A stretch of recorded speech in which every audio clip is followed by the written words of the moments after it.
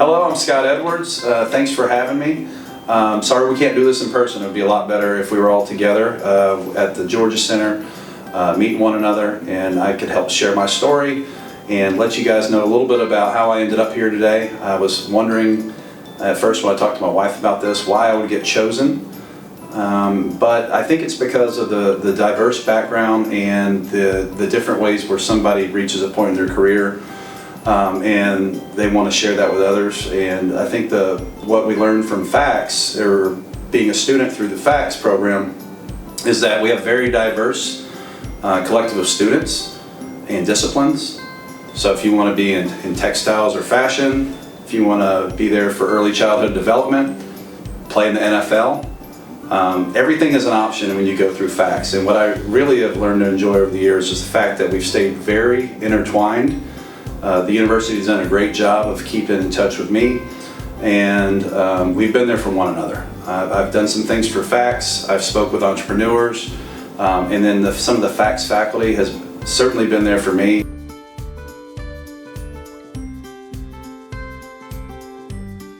My background with family and consumer sciences starts with Dr. Ann Sweeney. 2001 I came as a student, and she gave me a lot of advice and let me know that there was a lot of opportunity here with the degree of consumer economics, what I ended up going with.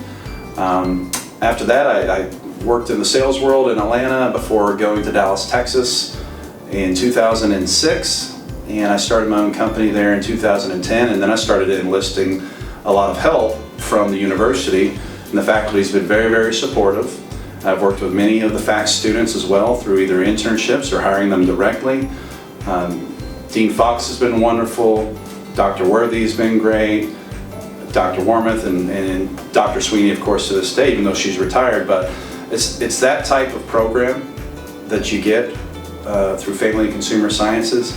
You've got friends for life, you've got people to stay in touch with, and we do a very good job of staying intertwined for years and years, whether it's through the tailgate or just different opportunities that pop up for your business or the students that you're working with.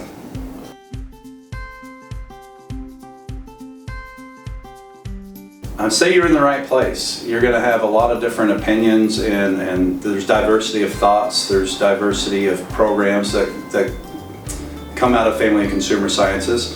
So you're in the right place. You need to make sure that you're experiencing as many things as possible, but also you don't have fear. You have trust in what you're being taught and how you can apply that in the real world.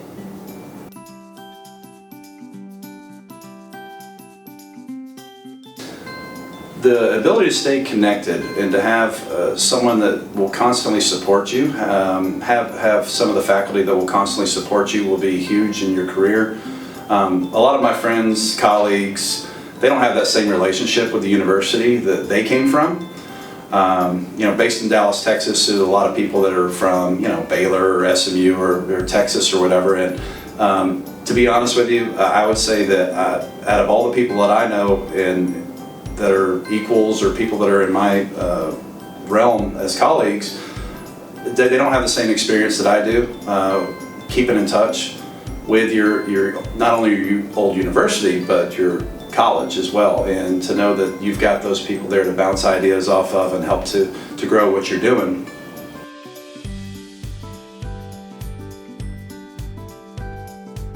Well, because there's going to be some other kids out there that it's a trying time when you're young, when you're in college. You kind of don't know what to be sometimes. Sometimes you know exactly what you want to be, and I think both are okay places to be in.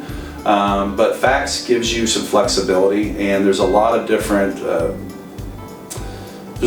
stories that make up the history of FACS. But you also have a lot of teachers and faculty that come from all different parts of the country, different backgrounds. They've worked in industry.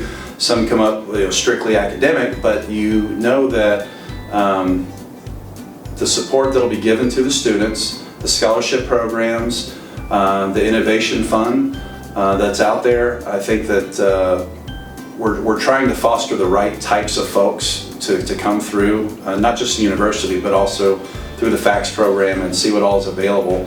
And we need for more students to be aware of what all is possible through facts. And for some of us that can come out and tell our story and that inspires other people, that's what it's all about. But also, giving some money and supporting your alma mater is one thing, but very specifically helping the college that I feel like helped make the person I am today and the business person that I am today. My diverse background of all the different things I learned from consumer economics, I get to apply in real life.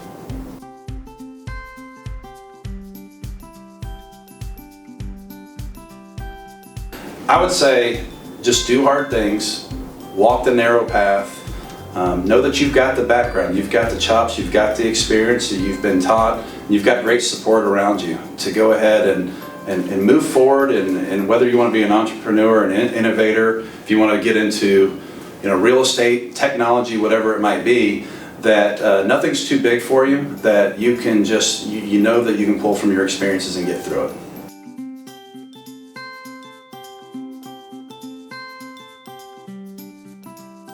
Well, I think it comes from knowing there's usually better ways to do things. And sometimes we don't know, all of us, I think, get to a point in life and we're working through some issue and you either wish there was a better way to do it or you know there's a better way to do it. Some people call that being a know-it-all. But no, I think the opportunity to do something about it when you feel like you've got a solution, or you feel like you've got a better way to do things, the only way to see if you're right is to build it and then take it to market. Whether that's starting a new company or taking a thought you have and writing a book or doing a podcast, whatever it would be. I have a creative element that I've got to get out, and this helps me work through that. Entrepreneurship does help me be creative. You get to come up with new logos, new concepts, new pitches, whatever it is, but you're basically going to have your own angle of attack on a problem that may already exist, it may not already exist, and the market will give you the thumbs up or thumbs down. They will get to vote and tell you whether or not you were correct in your assumption that you had a better way of doing things.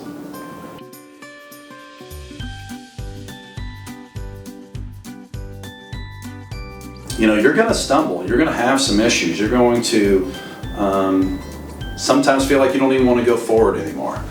But failure is important because it's kind of like when you have that wound and you learn from it, it's kind of like when you have a wound on your body. When it heals back, a lot of times it heals back stronger. And it's either going to be a scar or it's going to be something that helps you progress and be stronger, like building muscle. And so I think that's what is important about failure and adversity is a good thing. You got to look at adversity as a good thing. It's a process, and so you have to realize you're in a process, you're being refined. Stay the course, don't give in to fear. And if there's an easier job out there that pays a little more and you get to work from home, I would say let your friend have that. That's for other people. If you're wanting to do big, bold, great things, do the things that are a little harder, a little more challenging. Maybe there's not as many guarantees in there, and maybe you got to go to work in person, But if that's the right move for you and that really fits what you're trying to